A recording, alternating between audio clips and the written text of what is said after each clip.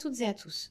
Dans le cadre de la 17e édition du Salon des illustrateurs, je vais vous présenter l'album Œil pour œil de Nicolas Biancolevrin, publié aux éditions L'Atelier du Poisson Soluble en 2003.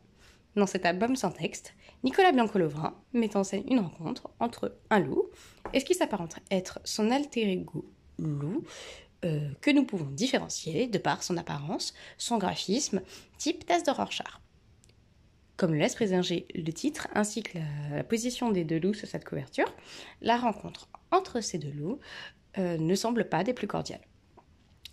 En effet, au cours des pages, nous voyons cette relation, cette rencontre, se dégrader sous nos yeux, petit à petit. Nous voyons déjà au départ la rencontre entre ces deux loups, puis quelque part une forme de jugement, de moquerie, allant jusqu'à la colère, puis la confrontation physique du ce loup face à lui-même.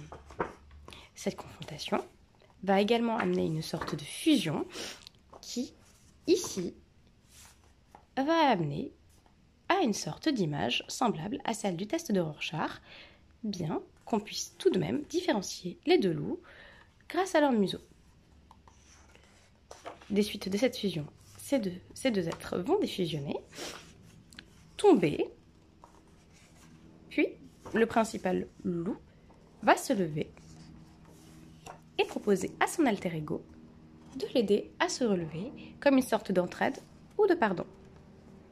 Par la suite, les deux loups vont repartir chacun de leur côté et on arrive à cette page qui est très similaire à la première, sauf que le principal loup est sur la droite alors que sur la première page, celui-ci était à gauche.